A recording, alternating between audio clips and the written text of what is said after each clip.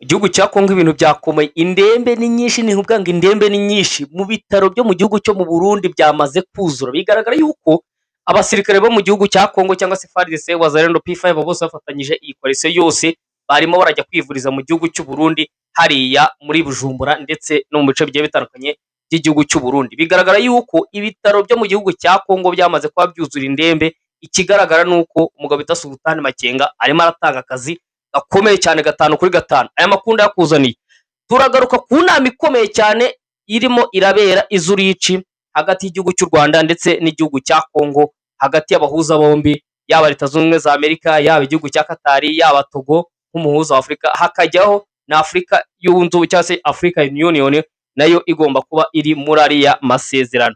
Aya makuru nayo ndayakuzaniye 5/5. Ikindi kandi tugaruka ku situation ikomeye cyane, umujenerali ukomeye cyane muri Wazalendo yamaze kuba bamutegesha gutema ikirere imwerekeza iwabo wa twese. Aya makuru nayo ndayakuzaniye 5/5, ariko nyaboneka niba hari abantu barimo barapfira ku rugamba benshi cyane ni abayobozi ba Wazalendo. Wazalendo muri kuno kwezi konyine imaze kuba yatakaza abakoloneli bageze kuri 15 ndetse n'abajenerali bageze kuri 6. Urumva yuko ari abakomanda bakomeye cyane, babandi bakomandinga urugamba cyangwa se babandi bategeka, babandi bavuga ari kijyana. Ase uyu mujenerali yapfuye he? Ndaje mbikuzana 5/5. Ikindi kandi tutoga ko muri teritwari ya Fizi abarundi Wazalendo, FDL, P5 bano bagabo barimo baraplaninga uburyo ki bafata ibice M23 yafashe. Aya makuru nayo ndayakuzanya 5/5. Ikindi kandi tutoga ko ku mupango wamaze kubujya hanze hagati y'igisigaye cy'u Burundi ndetse na FARDC, nyuma yuko barimo barapanga uburyo kibisubiza centre ya Minembwe ndetse ugashyiraho kano gace ka Bidegu, ugashyira ahangaha kwa Murima, ugashyira ku Ndondo ya Bijombo, ugashyira ahangaha hose, ndetse n'uyu musozi wa Rwitsankoni babatse ejo bundi. Bano bagabo umugambi wabo wamaze kubujya hanze, nayo makunda yakuzanya 5/5. Ikindi kandi tugaruka ku situation ikomeye cyane hariya muri teritwari ya Rubero, ibintu byamaze kuba bifatanira nyuma yuko Mai Mai ndetse na Special Force ya Hibu ya FARDC aba bose bafatanyije bashatse kuba bakwambura ibice M23, ariko biza kuba bibaberana iby'ubusa. Abasore b'intare za Sarambwe baza kuba babereka yuko bari amavubi, baza kuba babasubiza inyuma 5/5. Naje mbikugezeho 5/5. Ikindi kandi turagaruka ku situation ikomeye cyane, bivuga yuko Leta Zunze Ubumwe za Amerika ndetse na Iran bateguranye yuko bagiye kwatakana ku buryo bukomeye cyane. Bano bagabo noneho beruye yuko bavuga yuko umwe agiye guha intambara undi atari yarigeze abona ku isi ya rurema. Ubwo rero wavuga yuko abari bubigenderamo ni muri Afurika, ni Burayi, kubera ko bakeneraga amavuta menshi, bagakenera ama essence, ama peteroli, cyane yuko buri uramuhoro umunsi ubitse 25% cyangwa se by'amavuta yose isi ikoresha. Urumva yuko ari umuhoro ukoreshwa cyane, yaba urumva no mu Rwanda biratugira n'ingaruka biratugeraho, kubera ko kandi niba gaze hano mu gihugu cy'u Rwanda ari imaze kuba yagera ku 23 n'amafaranga 500, iyi ngiyi ibiro 12, akatunga ushobora kujya kumva gaze yagiye ku bihumbi 30 nk'uko byahoze cyagiye ubwo uramuhoro wari ufunze. Urumva yuko hagati y'igihugu cya Leta Zunze Ubumwe za Amerika ko yako nabo nta kibazo, wajye no muri Amerika naho ugasanga naho muribuka yuko bashyizeho system nk'ihano mu gihugu cy'u Rwanda yuko hagiye kujya hakoreshwa amabisi menshi bitewe n'izamuka ry'igiciro cya essence ara muri Leta Zunze Ubumwe za Amerika, ariko ukaraba ku gihugu cya Iran cyo nta kibazo gifite kubera ko bifitiye peteroli banayikoresha uko bashaka, ndetse bakanakora n'ubucuruzi ku bihugu bimwe na bimwe begeranye. Aya makuru nayo ndayakuzaniye 5/5.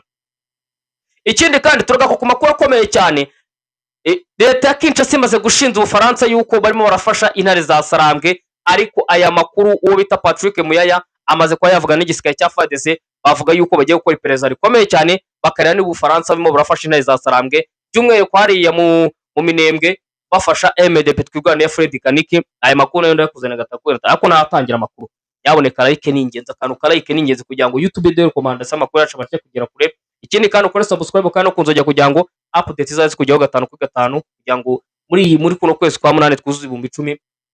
Numva yuko byamaze kuba bigenda cyangwa se byamaze kuba bifata n'intera, ukoresha ndetse na comment kugira ngo ibiganiro byacu bizaye kujyaho 5/5. Kamaye suza abantu bagiye badukurikira ku migabane igiye itandukanye, dore hano mu gihugu cyacu cy'u Rwanda, amajyepfo, amajyaruguru, iburasirazuba, iburengerazuba, utibagiwe n'umujyi wa 5 wa Kigali. Nsuza abanyakigali mbabwira ngo weekend nziza kandi imirimo yose murimo Imana ibahe umugisha. Tuza abantu bari mu Burundi, muri Uganda, muri Kenya, muri Tanzania, abantu bari muri Kongo, abantu bari za Mozambique,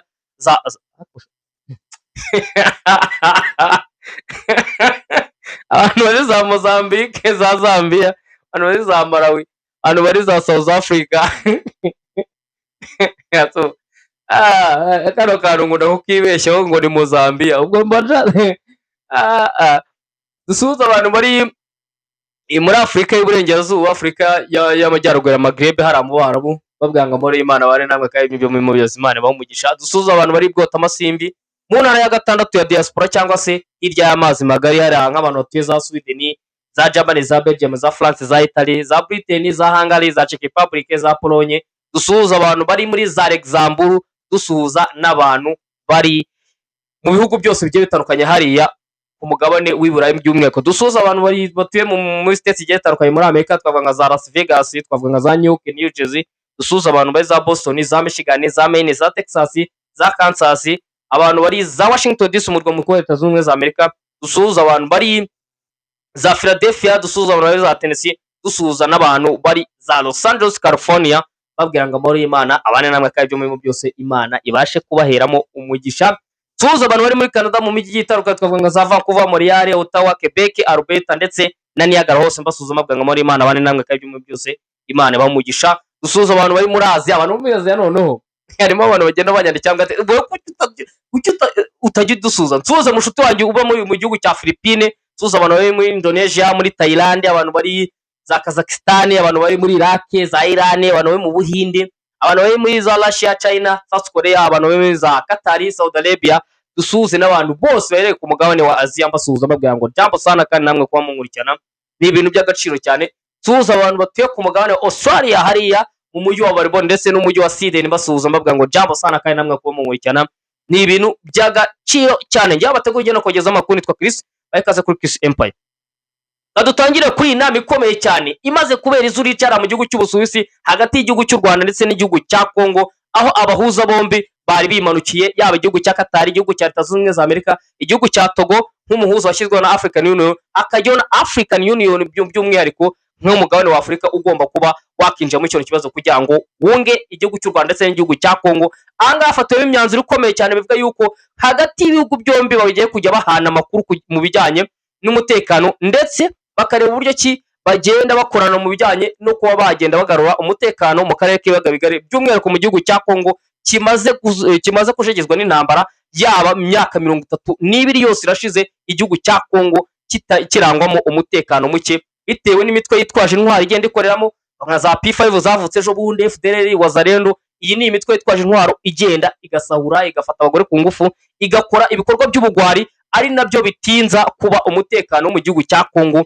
wagaruka, ugashyiraho by'umwihariko n'igisigaye cya FARDC cya leta ndetse n'igisigaye cy'u Burundi, ugashyiraho n'abacancuro. Urumva yuko byamaze kuba biba byijara mu gihugu cya Kongo, byamaze kuba bicanga abantu. Ahangaha Zurich, aya masezerano ejo nyuma y'amasezerano yabereye i Montreal ku itariki ya 13 z'ukwezi kwa kane umwaka 2026, ubwo igihugu cya Leta Zunze Ubumwe za Amerika cyari kimanukiye igihugu cy'Ubusuwisi, Qatar, Togo, Qatar ndetse na African Union, ubwo bafashe imyanzuro hagati y'impande zombi, bwo M23 ndetse na Kongo bari bimanukiye bakajya ku ntebe y'ibiganiro bakaganira, ariko biza kuba bigaragara yuko ibiganiro byabereye i Montreal byapfuye ubusa kubera ko ku mpande zombi, ubwo n'ibiganiro byarimo biraba, bari barimo baratakana ku mpande zombi. Urumva yuko bino biganiro bibaye hagati y'igihugu cy'u Rwanda bije nyuma y'ibyabaye hagati y'igihugu cy'u Rwanda nabwo na Kongo, byari byabera hari Washington DC, ubwo byari birangajwe imbere n'umugabo bita Donald J. Trump, perezida w'igihugu cya Leta Zunze Ubumwe za Amerika. Bikaza kuba bigaragara yuko amasezerano baje kuba basinyana, bimwe bikaza kuba byemezwa, ibindi bikaza kuba binezwa bitewe n'igihugu cya Kongo cyagiye kidindiza amasezerano, kandi mu by'ukuri barasinyanye uburyo cy'ibintu bigiye kugenda.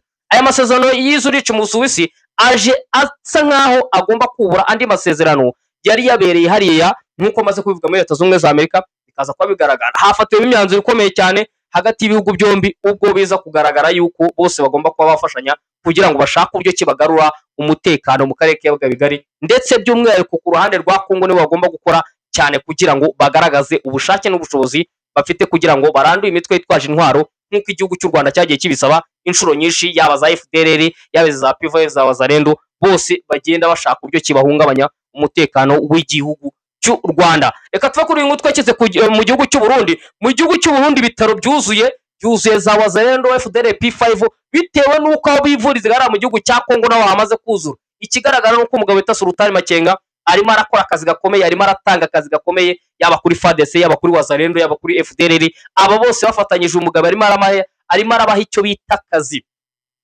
Aya makuru yagizwe ibanga, ariko ifoto imwe yasohotse hari za Wazalendo ziryamye ku dutanda hanze, ndetse bigaragara yuko ibitaro byamaze kuzura mu gihugu cy'u Burundi. Umugabo bita Evariste Ndayishimiye arimo arakora iyo bwabaga bwose kugira ngo yiyegereze umugabo bita Tshisekedi, kugira ngo amwereke uburyo cy'isoko ryose rya Kongo ry'amabuye y'agaciro agomba kuba yarifata. Ubu ngubu icyagitayewe no kumusapotinga mu bijyanye no kuba yavura bano basirikare be ba Kajoreti, ndetse n'abandi bagiye batandukanye barimo baragenda bivuriza hariya mu gihugu cy'u Burundi, aho ibintu bigaragara yuko igihugu cya Kongo ndetse n'ibitaro byose by'umwihariko byamaze kuba byuzura indembe bitewe n'intambara irimo yahuza M23 ndetse n'igisirikare cya FARDC, Wazalendo FDLR P5 ndetse n'igisirikare cy'u Burundi, utibagiwe n'abacancuro muri rusange. Urumva yuko uyu mugabo bita Sultani Makenga nabo bafatanyije nk'abo ba Colonel Nanga, ba Bertrand Bisimwa, abangaba barawuretse Kanyuka, bano bagabo nta mikino bafite, bamaze kuba badekarara intambara, badekarara icyitwa war cyangwa se badekarara icyo bita gutanga intambara, kuko bamaze kubabona yuko ibijyanye n'amasezerano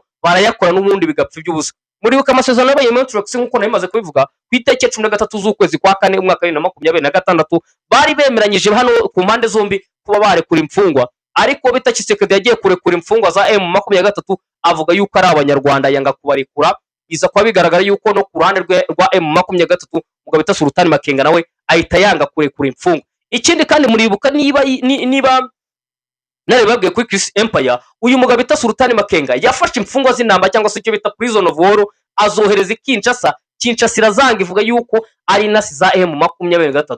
Uyu mugabo yaje kuba avuga yuko nta kindi asigaje uretse kuba atazongera kuba yakongera gufata izi mfungwa kugira ngo azifunge, ahubwo azajya abishyingura cyangwa se azajya ababasanga ari imirambo, cyangwa se bamwe bakomeretse bajya kwivuriza mu gihugu cy'u Burundi. Ikigaragara nuko umugabo bita Evariste Ndayishimiye nawe atorohwe, ni nyuma yuko azamuye undi mu generali, kandi mu by'ukuri nawe yaragiye atsindwa urugamba rugiye rukomeye, twavuga nka za Fizi, akaba yarayoboye muri za Minembwe, yewe no muri Uvira yatsinzwemo urugamba rukomeye cyane, ariko aza kuba uwo bita generali Muzinga baza kuba bamuzamura bamugira generali Furu. Kandi mu by'ukuri hari abakoloneli barimo baragenda bakora ibintu bikomeye cyane hariya ku rugamba, ugasanga ibintu by'umugabo Neva nawe ashobora kuba arimo aragenda ajya mu marembera.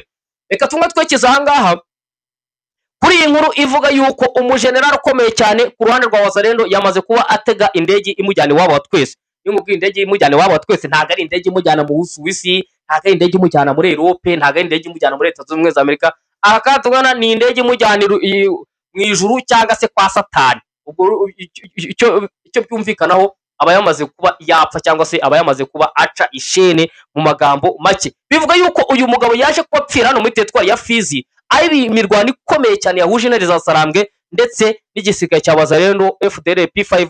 Ntago ari igisirikare, ni umutwe witwaje intwaro. Umutwe witwaje intwaro wa Wazalendo FDLR P5 bose bafatanyije barangajwe imbere y'igisirikare cy'u Burundi ndetse na FARDC muri rusange. Aba ngabo bagenda bahabwa amategeko na FARDC.